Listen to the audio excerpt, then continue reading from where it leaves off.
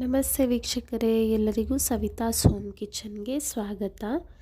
ನಮ್ಮ ಇವತ್ತಿನ ರೆಸಿಪಿ ಎಲ್ಲರಿಗೂ ಇಷ್ಟವಾಗಿರೋ ಅಂಥ ಪಾನಿಪುರಿ ಅಥವಾ ಗೋಲ್ಗಪ್ಪ. ಎ ಟು ಝೆಡ್ ಕಂಪ್ಲೀಟಾಗಿ ಹೋಮ್ ಮೇಡು ಹೇಗೆ ಮಾಡೋದು ಅಂತ ಈ ವಿಡಿಯೋದಲ್ಲಿ ನೋಡೋಣ. ಇನ್ನೂ ಯಾರೆಲ್ಲ ಸಬ್ಸ್ಕ್ರೈಬ್ ಆಗಿಲ್ಲ ಪ್ಲೀಸ್ ಈಗಲೇ ಹೋಗಿ ಸಬ್ಸ್ಕ್ರೈಬ್ ಮಾಡಿ. ಮೊದಲಿಗೆ ಪೂರಿ ಹೇಗೆ ಮಾಡೋದು ಅಂತ ನೋಡೋಣ.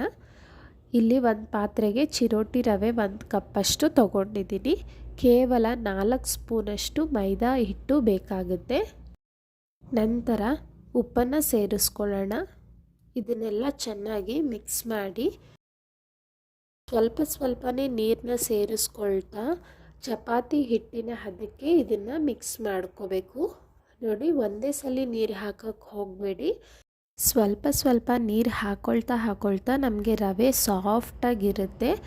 ಆಗ ಚೆನ್ನಾಗಿ ಹಿಟ್ಟನ್ನು ನಾದಬೇಕು. ಒಂದು 10 ನಿಮಿಷಗಳ ಕಾಲ ನೀವು ಹಿಟ್ಟನ್ನು ಚೆನ್ನಾಗಿ ನಾದಿ ಈ ರೀತಿ ಚಪಾತಿ ಹಿಟ್ಟಿನ ಹದಕ್ಕೆ ಮಿಕ್ಸ್ ಮಾಡ್ಕೊಳ್ಳೋಣ. ಈ ರೀತಿ ಮಾಡೋದ್ರಿಂದ ನಮಗೆ ಪೂರಿ ತುಂಬಾ ಚೆನ್ನಾಗಿ ಹುಬ್ಬಿ ಬರುತ್ತೆ. ತುಂಬ ಗಟ್ಟಿನೂ ಇರಬಾರ್ದು, ಹಾಗೆ ಸಾಫ್ಟಾಗೂ ಇರಬಾರ್ದು. ನಾವು ಚಪಾತಿ ಪೂರಿಗೆಲ್ಲ ಯಾವ ರೀತಿ ಮಾಡ್ಕೋತೀವೋ ಆ ಕನ್ಸಿಸ್ಟೆನ್ಸಿ ಇರಬೇಕು. ನೋಡಿ, ಈ ಹಿಟ್ಟೆಲ್ಲ ಈಗ ರೆಡಿ ಇದೆ. ಇದನ್ನು ಒಂದು 10 ನಿಮಿಷಗಳ ಕಾಲ ನಾವು ಪಕ್ಕಕ್ಕೆ ಎತ್ತಿಡೋಣ. 10 ನಿಮಿಷಗಳ ನಂತರ ನಾನು ಈ ಹಿಟ್ಟನ್ನು ತಗೊಂಡು ಚಪಾತಿಗೆ ಹೇಗೆ ತೀಡ್ತೀವೋ ಅದೇ ರೀತಿನಿ ತೀಡ್ಕೊಂಡಿದ್ದೀನಿ.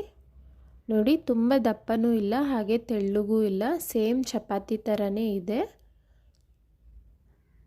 ಈಗ ಒಂದು ಸಣ್ಣ ಮುಚ್ಚಳ ಅಥವಾ ಲೋಟದಲ್ಲಿ ನಿಮಗೆ ಯಾವ ಸೈಜಲ್ಲಿ ಬೇಕೋ ಆ ಸೈಜಲ್ಲಿ ಪೂರಿನ ಈ ರೀತಿ ರೌಂಡ್ ಶೇಪಾಗಿ ಮಾಡಿಕೊಂಡು ಪಕ್ಕಕ್ಕೆ ಎತ್ತಿಟ್ಕೋತೀನಿ.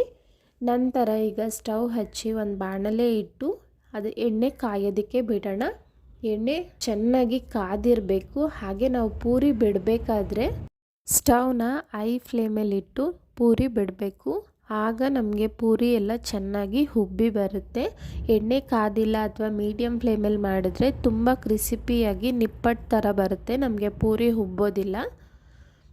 ನೋಡಿ, ಇಲ್ಲಿ ತುಂಬಾ ಚೆನ್ನಾಗಿ ಹುಬ್ಬಿ ಬಂದಿದೆ. ಇದು ಗೋಲ್ಡನ್ ಬ್ರೌನ್ ಆಗೋವರೆಗೂ ಫ್ರೈ ಮಾಡಿ ಇದನ್ನು ತೆಗೆಯೋಣ.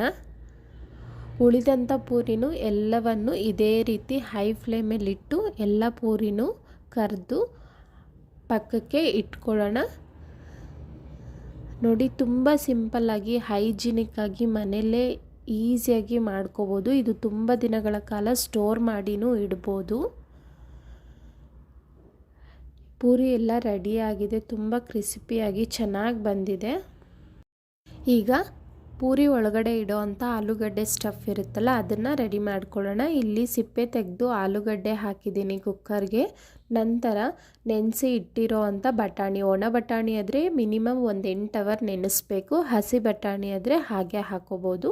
ಇದನ್ನೆಲ್ಲ 3 ವಿಸಿಲ್ ಬರ್ಸ್ಕೊಂಡಿದ್ದೀನಿ.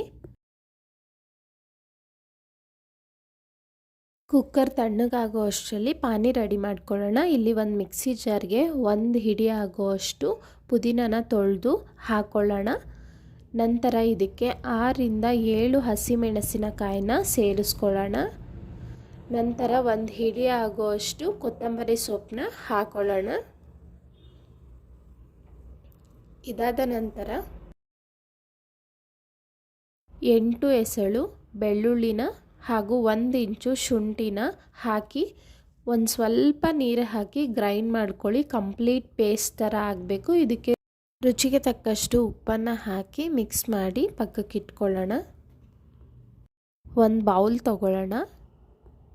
1 ಸ್ಪೂನ್ ಆಗೋಷ್ಟು ಬೆಲ್ಲನ ಹಾಕ್ತಾಯಿದ್ದೀನಿ ನೀವು ಇಲ್ಲಿ ನೋಡ್ತಾ ಇರೋ ಅಂಥ 1 ಕಪ್ಗೆ ಪಾನಿ ಮಾಡ್ಕೊಳ್ತಾ ಇದ್ದೀನಿ. ಸ್ವೀಟ್ ತುಂಬಾ ಬೇಕು ಅಂದರೆ ಇನ್ನು ಸ್ವಲ್ಪ ಬೆಲ್ಲನ ಹಾಕೋಬೋದು. ನಾನು ಹುಣಸೆ ಹಣ್ಣನ್ನು ನೀರಲ್ಲಿ ನೆನೆಸಿ ಇಟ್ಕೊಂಡಿದ್ದೆ, 1 ನಿಂಬೆ ಹಣ್ಣಿನ ಗಾತ್ರದ ಹುಣಸೆ ಹಣ್ಣು. ಆ ನೀರನ್ನು ಇದಕ್ಕೆ ಹಾಕಿ ಬೆಲ್ಲ ಕರಗೋವರೆಗೂ ಬಿಡಿ.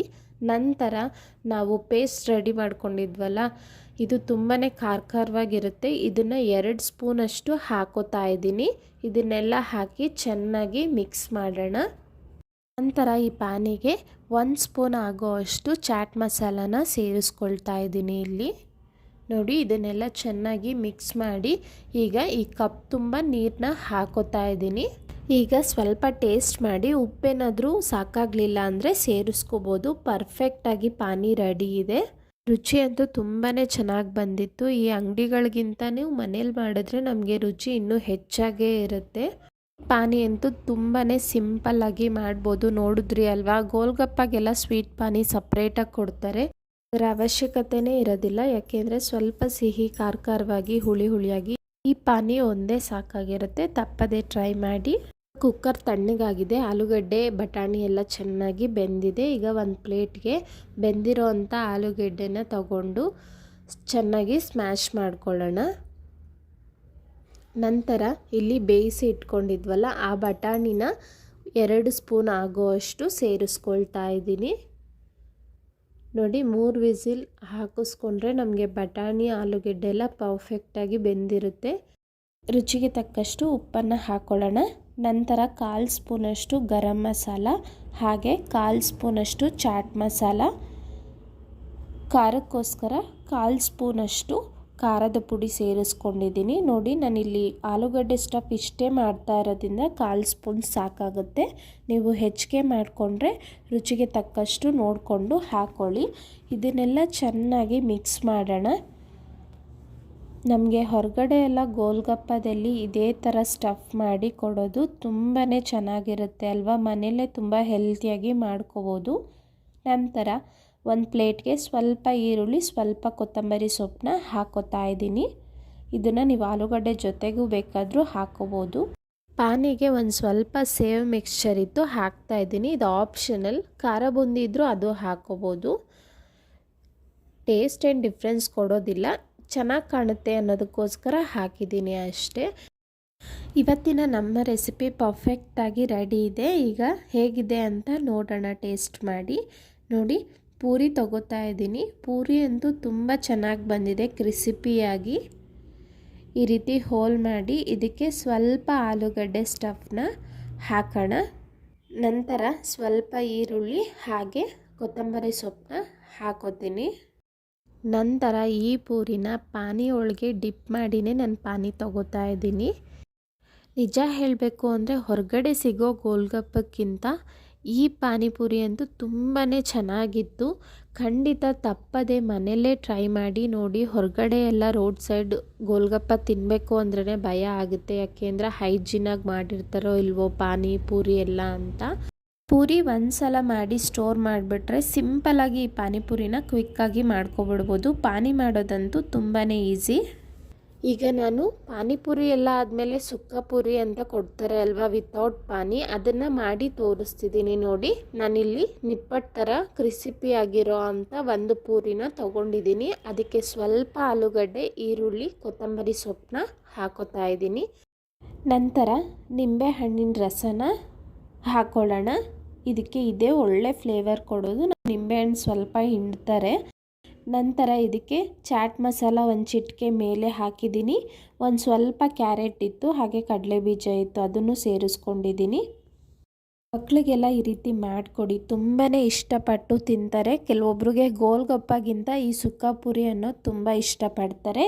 ಈ ತಟ್ಟಕ್ಕೆ ಬಂದಿರುತ್ತಲ್ಲ ಪೂರಿ, ಅದನ್ನೆಲ್ಲ ನೀವು ಈ ರೀತಿ ಯೂಸ್ ಮಾಡ್ಕೋಬೋದು.